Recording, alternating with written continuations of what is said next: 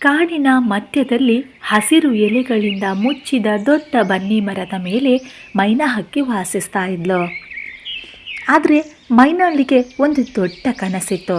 ಅವಳು ಕೋಗಿಲೆಯಂತೆ ಸಿಹಿಯಾಗಿ ಹಾಡಬೇಕು ಅನ್ನೋದು. ಪ್ರತಿದಿನ ಬೆಳಿಗ್ಗೆ ಸೂರ್ಯನ ಕಿರಣಗಳು ಮರದ ಎಲೆಗಳ ನಡುವೆ ಜಾರ್ತಾ ಇದ್ದಾಗ ಕಾಡು ಸಂಗೀತದಿಂದ ತುಂಬಿರ್ತಾ ಇತ್ತು. ಕೋಗಿಲೆಯ ಕುಹು ಕುಹು ಸದ್ದು, ಗಿಳಿಯ ಮಾತು, ನವಿಲಿನ ಕೂಗು ಎಲ್ಲವೂ ಒಂದೇ ವಾದ್ಯಮೇಳದಂತೆ ಅನ್ನಿಸ್ತಾ ಇತ್ತು. ಮೈನಳ ಹೃದಯದಲ್ಲಿ ಆ ಸದ್ದುಗಳು ಕುಣಿಯುತ್ತಿದ್ದು, ನಾನು ಕೂಡ ಹಾಡಬೇಕು ಅನ್ನೋ ಆಸೆ ದಿನದಿಂದ ದಿನಕ್ಕೆ ಹೆಚ್ಚುತ್ತಾ ಇತ್ತು.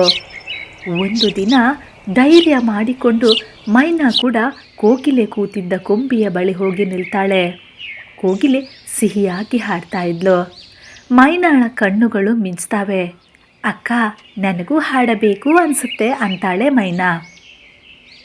ಕೋಗಿಲೆ ಮೈನಾ ಹಕ್ಕಿಯನ್ನು ನೋಡಿ ನಗ್ತಾ ಹೇಳ್ತಾಳೆ, ನೀನು ಪ್ರಯತ್ನ ಮಾಡು ಮೈನಾ, ಧ್ವನಿ ಹೃದಯದಿಂದ ಬರಬೇಕು ಅಷ್ಟೇ ಅಂತಾಳೆ.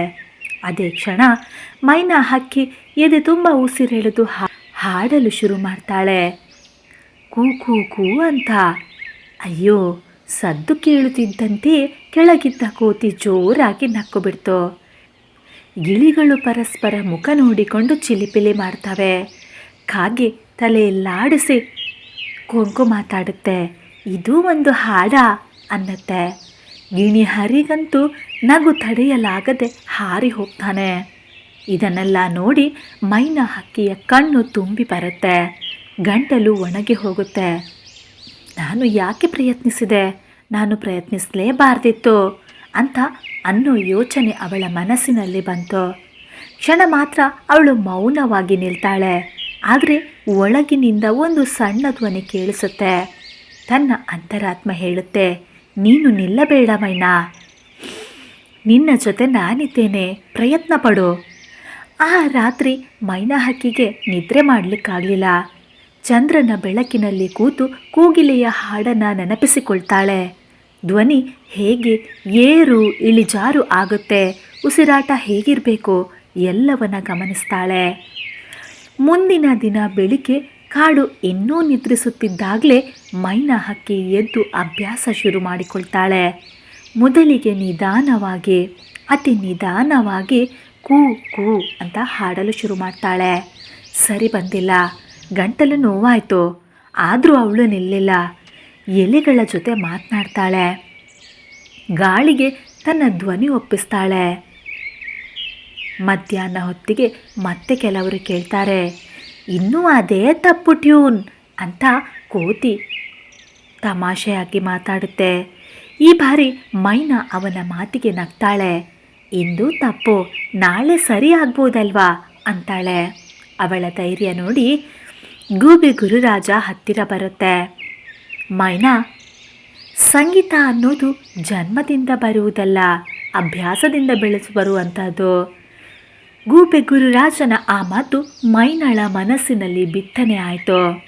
3ನೇ ದಿನ ಸೂರ್ಯೋದಯದ ಮೊದಲು ಮೈನಾ ಹಕ್ಕಿ ಮರದ ಎತ್ತರದ ಕೊಂಬೆಗೆ ಹಾರ್ತಾಳೆ. ಈ ಬಾರಿ ಅವಳು ಕೋಗಿಲೆಯನ್ನೋ ಅಥವಾ ಬೇರೆ ಯಾರನ್ನೂ ನೆನಪಿಸಿಕೊಳ್ಳಿಲ್ಲ. ತನ್ನ ಮನಸ್ಸಿನ ನೋವು, ನಗು, ಕನಸು ಎಲ್ಲದನ್ನ ಸೇರಿಸಿ ಧ್ವನಿಯನ್ನು ತುಂಬ್ತಾಳೆ. ಕುಹೂ ಕುಹೂ ಅಂತ. ಅದ್ಭುತ! ಈ ಬಾರಿ ಸದ್ದು ಮೃದುವಾಗಿತ್ತು. ಗಾಳಿ ನಿಂತಂತೆ ಅನಿಸಿತು. ಎಲೆಗಳು ಕದಲಿದವು. ಕಾಡಿನ ಹಕ್ಕಿಗಳು ಒಂದೊಂದಾಗಿ ತಿರುಗಿ ನೋಡಿದ್ವು. ಮೈನಾಳು ಹಾಡುತ್ತಿದ್ದಂತೆ ಚಿಟ್ಟೆಗಳು ಹಾರಾಡಿದ್ವು. ಕೋಗಿಲೆಯ ಕಣ್ಣುಗಳಲ್ಲಿ ಸಂತೋಷದ ಕಣ್ಣೀರು ತುಂಬಿತು. ಹಾಡು ಮುಗಿದಾಗ ಕ್ಷಣ ಮಾತ್ರ ಮೌನ. ಆಮೇಲೆ ಕಾಡು ಚಪ್ಪಾಳೆ ಹೊಡೆದಂತೆ ಗದ್ದಲ. ಅಯ್ಯೋ, ಎಷ್ಟು ಸಿಹಿ! ಇದು ನಮ್ಮ ಮೈನಾಳೆನ ಹಾಡಿದ್ದು. 3 ದಿನದಲ್ಲೇ ಎಷ್ಟೊಂದು ಬದಲಾವಣೆ ಅಂತ ಕೋತಿ ಹೇಳುತ್ತೆ. ಮೈನಾಳ ಹೃದಯ ತುಂಬಿ ಬಂತು. ಈ ಬಾರಿ ಅವಳು ಅಳ್ಳಿಲ್ಲ, ಬದಲಾಗಿ ನಗ್ತಾಳೆ. ಆ ದಿನದಿಂದ ಮೈನಾ ಕೂಡ ಆ ಕಾಡಿನ ಸಿಹಿ ಗಾಯಕಿ ಆಗಿಬಿಡ್ತಾಳೆ. ಆದರೆ ಅವಳು ಎಂದಿಗೂ ಅದಕ್ಕೋಸ್ಕರ ಗರ್ವ ಪಡಲಿಲ್ಲ. ಪ್ರತಿದಿನ ಹೊಸ ಹಕ್ಕಿಗಳಿಗೆ ಹೇಳ್ತಾ ಇದ್ಲು, ನೀವು ನಗಿಸಿಕೊಂಡ್ರೂ ನಿಲ್ಲಬೇಡಿ, ನಿಮ್ಮ ಧ್ವನಿ ನಿಮ್ಮದು, ಅದನ್ನು ಹುಡುಕಿಕೊಳ್ಳಿ. ಕೋಗಿಲೆ ಕೂಡ ಮೈನಳ್ಳ ಜೊತೆ ಹಾಡಲು ಶುರು ಮಾಡುತ್ತೆ. ಎರಡು ಧ್ವನಿಗಳು ಸೇರಿ ಕಾಡಿಗೆ ಹೊಸ ಸಂಗೀತ ತಂತವೆ. ಗೂಬೆ ಗುರುರಾಜ ಮರದ ಮೇಲಿಂದಲೇ ಮೈನಾ ಹಕ್ಕಿಗೆ ಹೇಳ್ತಾರೆ, ಧೈರ್ಯ ಪ್ಲಸ್ ಅಭ್ಯಾಸ, ಇದರಿಂದ ಸಿಗೋದು ಅದ್ಭುತವಾದ ಫಲ. ಇವಾಗ ಗೊತ್ತಾಯ್ತಾ ಮೈನಾ ನಿನಗೆ ಅಂತ ಹೇಳ್ತಾರೆ. ಈ ಕಥೆಯ ನೀತಿ, ತಪ್ಪು ಟ್ಯೂನ್ ಇದ್ರೂ ನಿಲ್ಲದೆ ಪ್ರಯತ್ನಿಸಿದರೆ ಒಂದು ದಿನ ನಿಮ್ಮ ಹಾಡು ಎಲ್ಲರ ಹೃದಯ ತಲುಪ್ತದೆ. ಇದು ನಿಜ ಅಲ್ವಾ ಗೆಳೆಯರೇ?